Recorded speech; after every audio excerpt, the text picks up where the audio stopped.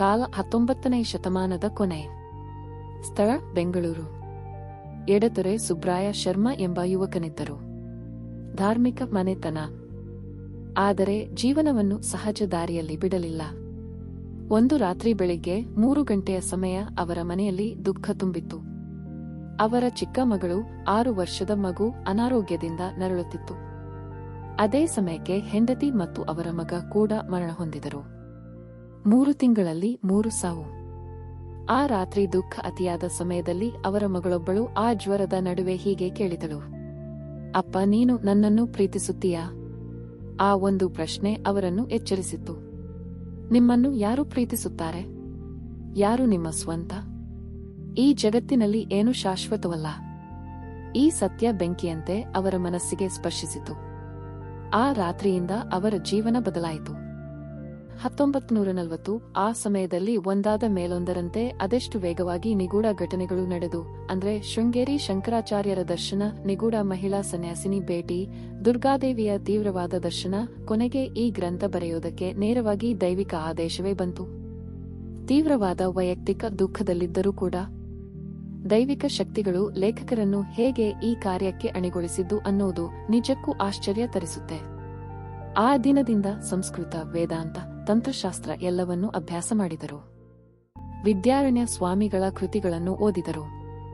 ಶ್ರೀನಾರಾಯಣ ಭಟ್ಟರ ಶ್ರೀಗ್ರಂಥ ಪಂಚರತ್ನ ಅಷ್ಟಾಧ್ಯಾಯಿ ಶಾಸ್ತ್ರಗಳ ಮೂಲಕ ಆಳವಾದ ಅಧ್ಯಯನ ಮಾಡಿದರು. ಹೀಗೆ ದಶಕಗಳ ಅಭ್ಯಾಸದ ನಂತರ ಒಂದು ದಿನ ರಾಮಾಯಣ ಓದುತ್ತಾ ಕುಳಿತಿದ್ದರು.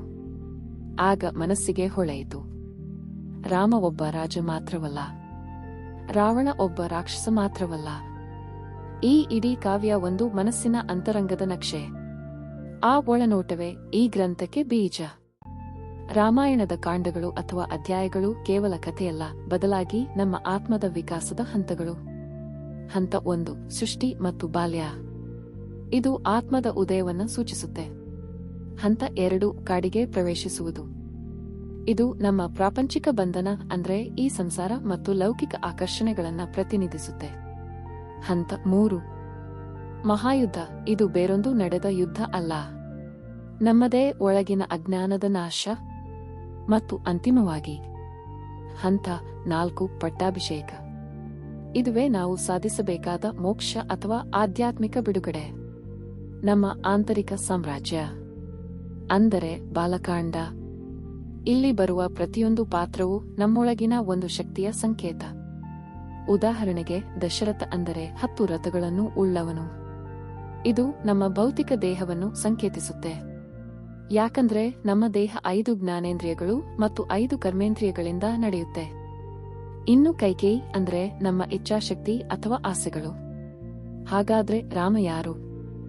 ಆತನ ನಮ್ಮ ಬುದ್ಧಿಯಲ್ಲಿ ಬೆಳಗುವ ಶುದ್ಧ ಪ್ರಜ್ಞೆ. ಮುಕ್ತಿಗಾಗಿ ಹಂಬಲಿಸುವ ಪರಮಾತ್ಮನ ಅಂಶವೇ ರಾಮ. ಅದೇ 2ನೇ ಹಂತ. ಕಾಡಿಗೆ ಹೋಗುವ ಪ್ರಸಂಗ. ನಮ್ಮ ಮನಸ್ಸಿನಲ್ಲಿ ಬರುವ ಕೆಟ್ಟ ವಿಚಲಿತಗೊಳಿಸುವ ಆಲೋಚನೆಗಳಿವೆಯಲ್ಲ, ಅವೇ ಮಂತರೆ. ಈ ಮಂತರೆ ನಮ್ಮ ಅಹಂಕಾರವನ್ನು ಬಡಿದೆಬ್ಬಿಸಿ ಶುದ್ಧ ಪ್ರಜ್ಞೆಯಾದ ರಾಮನನ್ನ ಮತ್ತು ಸದಾ ಅಲರ್ಟ್ ಆಗಿರುವ ಮನಸ್ಸಾದ ಲಕ್ಷ್ಮಣನನ್ನ ನಮ್ಮ ಆಂತರಿಕ ಶಾಂತಿಯಿಂದ ಹೊರದಬ್ಬಿ ಕಾಡಿಗೆ ಕಳುಹಿಸುತ್ತಾಳೆ. ಇನ್ನು ಆ ಕಾಡಿನಲ್ಲಿ, ಅಂದ್ರೆ ಈ ಪ್ರಪಂಚದಲ್ಲಿ ನಮಗೆ ಎದುರಾಗುವ ಶೂರ್ಪನಖಿ, ಅವಳೇ ನಮ್ಮನ್ನ ಸೆಳೆಯುವ ಲೌಕಿಕ ಆಕರ್ಷಣೆಗಳು ಮತ್ತು ಕಾಮ ಕ್ರೋಧದಂತಹ ಅರಿಷಡ್ವರ್ಗಗಳು. ಈ ಕೃತಿಯಲ್ಲಿ ನಮ್ಮನ್ನು ಬೆರಗುಗೊಳಿಸುವ ಇನ್ನೊಂದು ಅಂಶ ಅಂದ್ರೆ ಮಾರೀಚ. ಆ ಬಂಗಾರದ ಜಿಂಕೆಯು ಯಾವುದೋ ಪ್ರಾಣಿಯಲ್ಲ, ಅದು ಭ್ರಾಂತಿ, ಅಂದ್ರೆ ಭ್ರಮೆಯ ಸಂಕೇತ. ನಮ್ಮ ಲೌಕಿಕ ಪ್ರಪಂಚದ ಮಿನುಗು ವಸ್ತುಗಳು ನಮ್ಮ ಮನಸ್ಸನ್ನ ಹೇಗೆ ದಾರಿ ತಪ್ಪುತ್ತವೆ ಅನ್ನೋದರ ಪರ್ಫೆಕ್ಟ್ ರೂಪಕವೇ ಈ ಚಿನ್ನದ ಜಿಂಕೆ. ಆ ಆಕರ್ಷಣೆಗೆ ನಾವು ಯಾವಾಗ ಒಳಗಾಗಿವೋ ಆಗಲೇ ನಿಜವಾದ ವಿಪತ್ತು ಶುರುವಾಗೋದು. ಆ ವಿಪತ್ತು ಯಾವುದು ಅಂತ ನಿಮಗೆಲ್ಲ ಗೊತ್ತೇ ಇದೆ. 3ನೆಯ ಹಂತ ಜ್ಞಾನದ ಅಪಹರಣ. ಇಲ್ಲಿ ನಾವು ಅರ್ಥ ಮಾಡಿಕೊಳ್ಳಬೇಕಾದ ಅತ್ಯಂತ ಪ್ರಮುಖವಾದ ಪಾಯಿಂಟ್ಸ್ ಹೊಂದಿದೆ. ರಾವಣ ಅಂದ್ರೆ ರಜೋ ಗುಣದ ಸಂಕೇತ. ನಮ್ಮೊಳಗಿನ ಅಜ್ಞಾನ ಮತ್ತು ಎಂದಿಗೂ ತೃಪ್ತಿಯಾಗದ ನಮ್ಮದೇ ಅಶಾಂತ ಅಹಂಕಾರದ ಮೂರ್ತರೂಪ. ರಾವಣನ ಅಹಂಕಾರ ಪ್ರಬಲವಾದಾಗ ಅದು ನಮ್ಮೊಳಗಿನ ವಿವೇಕವನ್ನೇ ಆಕ್ರಮಿಸಿ ಬಿಡುತ್ತೆ. ಸೀತೆ ಅಂದರೆ ಶುದ್ಧ ಆಧ್ಯಾತ್ಮಿಕ ಜ್ಞಾನ ಅಥವಾ ಬ್ರಹ್ಮವಿದ್ಯೆ.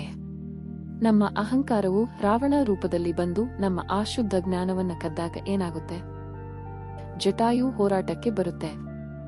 ಜಟಾಯು ಅಂದ್ರೆ ಪರೋಕ್ಷ ಜ್ಞಾನ, ಅಂದ್ರೆ ಬರೀ ಪುಸ್ತಕ ಓದಿ ಪಡೆದ ಥಿಯೇಟರ್ನಲ್ಲಿಷ್ಟೇ ಆಚರಣೆಗೆ ಬಾರದ ಕೇವಲ ಸೈದ್ಧಾಂತಿಕ ಜ್ಞಾನ. ಮಾಯೆ ಮುಂದೆ ಯಾವತ್ತಿದ್ರೂ ಸೋತು ಮಡಿಯುತ್ತೆ. ಹಾಗಾದ್ರೆ ಈ ಕಳೆದುಕೊಂಡ ಜ್ಞಾನವನ್ನ ಮರಳಿ ಪಡೆಯಕ್ಕೆ ದಾರಿ ಇಲ್ವಾ? ಖಂಡಿತ ಇದೆ.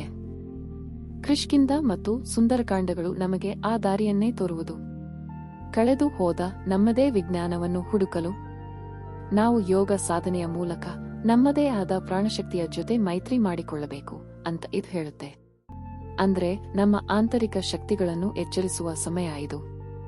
4ನೇ ಹಂತ, ನೀವು ನಂಬ್ತಿರೋ ಬಿಡ್ತಿರೋ ವಾನರ ಸೈನ್ಯ ಅಂದರೆ ಮತ್ಯಾರೂ ಅಲ್ಲ, ನಮ್ಮ ಉಸಿರಾಟದ ಶಕ್ತಿಗಳು, ಅಂದ್ರೆ ಪ್ರಾಣವಾಯುಗಳು.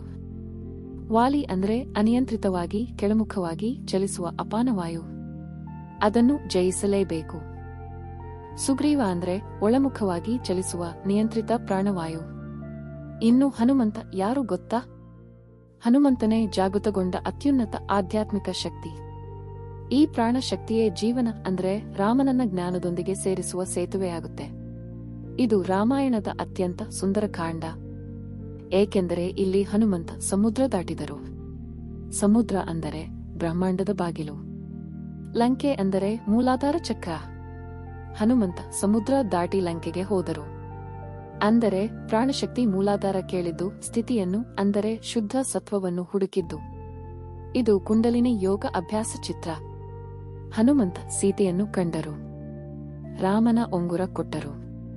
ಅಂದರೆ ಪ್ರಾಣಶಕ್ತಿ ಮೂಲಾಧಾರದಲ್ಲಿರುವ ಶುದ್ಧ ಸತ್ವವನ್ನು ಮೇಲಕ್ಕೆ ಕರೆಯಲು ಬುದ್ಧಿ ಚೈತನ್ಯದ ಸಂದೇಶ ತೆಗೆದುಕೊಂಡು ಹೋಯಿತು. ಲಂಕಾದಹನ ಅಂದರೆ ಅಜ್ಞಾನ ನಿವಾರಣೆ. ರಜೋಗುಣದ ಮನಸ್ಸುತ್ತಿತ್ತು. 5ನೇ ಹಂತ, ಧ್ಯಾನದ ಮಹಾಯುದ್ಧ ಅಂದ್ರೆ ಯುದ್ಧಕಾಂಡ. ಲಂಕೆಯ ಯುದ್ಧ ಅನ್ನೋದು ಹೊರಗಡೆ ನಡೆಯುವ ರಕ್ತಪಾತವಲ್ಲ, ಅದು ಸಮಾಧಿ ಸ್ಥಿತಿ.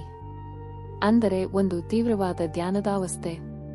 ಅಲ್ಲಿ ಪ್ರಜ್ಞೆಯು ತನ್ನೊಳಗಿನ ದೋಷಗಳನ್ನ ವ್ಯವಸ್ಥಿತವಾಗಿ ನಾಶ ಮಾಡುತ್ತೆ. ಕುಂಭಕರ್ಣ ಅಂದ್ರೆ ನಮ್ಮೊಳಗಿನ ಆಲಸ್ಯ ಮತ್ತು ತಮೋಗುಣ. ರಾವಣ ನಮ್ಮ ಸಂಪೂರ್ಣ ಅಜ್ಞಾನ. ಇವರನ್ನ ಸಂಹರಿಸಲು ನೆರವಾಗೋ ವಿಭೀಷಣ ಯಾರು? ಆತ ನಮ್ಮೊಳಗೆ ಅಡಗಿರುವ ಸತ್ಯದ ಧ್ವನಿ ಹೊರಬರಲು ಯತ್ನಿಸುತ್ತಿರುವ ಶುದ್ಧ ಸಾತ್ವಿಕ ಗುಣ. ಸೀತೆ ಅಂದರೆ ಶುದ್ಧ ಸತ್ವ ಅಗ್ನಿಯಲ್ಲಿ, ಅಂದರೆ ಜ್ಞಾನಾಗ್ನಿ ಪ್ರವೇಶಿಸಿದಾಗ ಶುದ್ಧವಾಗುತ್ತದೆ. ರಜೋಗುಣದ ಸ್ಪರ್ಶ ಹೋಗಿ ನಿರ್ಮಲ ಸ್ಥಿತಿ ಪ್ರಕಟಗೊಳ್ಳುತ್ತದೆ. 6ನೇ ಹಂತ, ಪ್ರಜ್ಞೆಯ ಪಟ್ಟಾಭಿಷೇಕ. ಅಯೋಧ್ಯೆ ಅಂದರೆ ಯಾರಿಗೂ ಯುದ್ಧ ಮಾಡಲು ಸಾಧ್ಯವಿಲ್ಲದ ಸ್ಥಳ. ಅಂದರೆ ಸಹಸ್ರಾರ ಚಕ್ರ ಅಥವಾ ಪರಮಸ್ಥಿತಿ. ರಾಮ ಅಂದರೆ ಬುದ್ಧಿ ಚೈತನ್ಯ. ಸಹಸ್ರಕ್ಕೆ ಮರಳಿ ಅಭಿಷೇಕಗೊಂಡಾಗ ಮಾತ್ರ ಮೋಕ್ಷ. ಸೀತೆಯ ಅವರ ಪಕ್ಕದಲ್ಲಿ ಇದ್ದಾಳೆ. ಅಂದರೆ ಶುದ್ಧ ಸತ್ವ ಮತ್ತು ಬುದ್ಧಿ ಒಂದಾದಾಗ ಮಾತ್ರ ಮೋಕ್ಷ. ಲಕ್ಷ್ಮಣ ಪಕ್ಕ ಇದ್ದಾರೆ. ಅಂದರೆ ಮನಸ್ಸು ಬುದ್ಧಿ ಜೊತೆ ಇದ್ದಾಗ ಮಾತ್ರ ಮೋಕ್ಷ. ಹನುಮಂತನು ಅವರ ಪಾದಗಳಿಗೆ ನಮಸ್ಕರಿಸಿದ್ದಾರೆ. ಅಂದರೆ ಪ್ರಾಣಬುದ್ಧಿ ಚೈತನ್ಯಕ್ಕೆ ಸಮರ್ಪಣೆ ಆದಾಗ ಮಾತ್ರ ಮೋಕ್ಷ. ಎಲ್ಲಿ ನಮ್ಮ ಅಹಂಕಾರ ಸಂಪೂರ್ಣವಾಗಿ ಸಾಯುತ್ತದೆಯೋ, ಎಲ್ಲಿ ಕಳೆದು ಹೋದ ಜ್ಞಾನ ಮರಳಿ ಬಂದು ಆಂತರಿಕ ಶಾಂತಿ ನೆಲೆಸುತ್ತದೆಯೋ, ಆ ಪ್ರಸ್ತುತ ಕ್ಷಣದ ಶಾಶ್ವತ ಸ್ಥಿತಿಯೇ ಮೋಕ್ಷ. ಉನ್ನತವಾದ ತತ್ವಜ್ಞಾನ ಹಾಗೂ ದೈವಿಕ ಆದೇಶ ಇವೆರಡನ್ನೂ ಲಿಂಕ್ ಮಾಡಿ ನೋಡಿದಾಗ ನಾವೀಗ ಗ್ರಂಥದ ಅಂತಿಮ ಗುರಿಯನ್ನು ತಲುಪುತ್ತವೆ. ಇದೊಂದು ಕೇವಲ ಕಥೆಯ ಪುಸ್ತಕವಲ್ಲ, ಬದಲಿಗೆ ಇದೊಂದು ಪ್ರಾಕ್ಟಿಕಲ್ ಆದ ಸ್ಟೆಪ್ ಬೈ ಸ್ಟೆಪ್ ಗೈಡ್. ಬಾಲಕಾಂಡದಲ್ಲಿ ಬುನಾದಿ ಕಟ್ಟೋದು, ಅರಣ್ಯ ಕಾಂಡದಲ್ಲಿ ಒಳಗಿನ ಹೋರಾಟಗಳನ್ನು ಎದುರಿಸುವುದು, ಯುದ್ಧ ಕಾಂಡದಲ್ಲಿ ಅಹಂಕಾರವನ್ನು ಸೋಲಿಸಿ ಪಟ್ಟಾಭಿಷೇಕದ ಮೂಲಕ ವಿಮೋಚನೆ ಪಡೆಯುವುದು. ಪ್ರತಿಯೊಂದು ಕಾಂಡವು ನಮ್ಮ ಜೀವನದ ಒಂದೊಂದು ಹೆಜ್ಜೆ ಅಂತಾನೇ ಹೇಳಬಹುದು. ಗಮನಿಸಿ, ಪುಸ್ತಕದ ಶೀರ್ಷಿಕೆ ಪುಟದಲ್ಲೇ ಇದನ್ನ ಮೋಕ್ಷ ಮಾರ್ಗ ಪ್ರದೀಪಿಕ ಅಂತ ಸ್ಪಷ್ಟವಾಗಿ ಕರೆಯಲಾಗಿದೆ. ಅಂದರೆ ರಾಮಾಯಣ ಕೇವಲ ಒಂದು ಪುರಾಣ ಕಥೆ ಅಲ್ಲ, ಅದು ನಮ್ಮ ಆಧ್ಯಾತ್ಮಿಕ ಉನ್ನತಿಗೆ, ನಮ್ಮನ್ನು ನಾವು ಕಂಡುಕೊಳ್ಳುವುದಕ್ಕೆ ಇರೋ ಒಂದು ಪ್ರಬಲವಾದ ಸಾಧನ ಅಂತ ಇದು ಖಚಿತಪಡಿಸುತ್ತದೆ. ಯುಗಯುಗಗಳಿಂದ ನಡೀತಾ ಬಂದಿರೋ ಈ ಆಂತರಿಕ ಸಂಘರ್ಷ ಪ್ರತಿದಿನ ಪ್ರತಿಕ್ಷಣವೂ ನಮ್ಮದೇ ಪ್ರಜ್ಞೆಯೊಳಗೆ ನಡೀತಾನೆ ಇದೆ. ಹಾಗಾದ್ರೆ ಇವತ್ತು ನಮ್ಮದೇ ಮನಸ್ಸಿನ ಸಾಮ್ರಾಜ್ಯದಲ್ಲಿ ಕಂಟ್ರೋಲ್ ತೆಗೆದುಕೊಳ್ಳೋಕೆ ಹೋರಾಡ್ತಿರೋ ಆ ರಾಮ ಯಾರು ಮತ್ತು ರಾವಣ ಯಾರು? ಈ ಆಳವಾದ ಚಿಂತನೆ ಖಂಡಿತವಾಗಿಯೂ ನಮ್ಮ ದೈನಂದಿನ ಬದುಕನ್ನು ಉತ್ತಮಗೊಳಿಸುತ್ತವೆ ಅನ್ನೋದರಲ್ಲಿ ಅನುಮಾನವೇ ಇಲ್ಲ. ಈ ಅದ್ಭುತವಾದ ಪ್ರಯಾಣದ ಕುತೂಹಲಕಾರಿ ವಿಚಾರದ ಬಗ್ಗೆ ಇಷ್ಟು ಹೊತ್ತು ಜೊತೆಯಾಗಿದ್ದಕ್ಕೆ ತುಂಬಾ ಹೃದಯಪೂರ್ವಕ ಧನ್ಯವಾದಗಳು.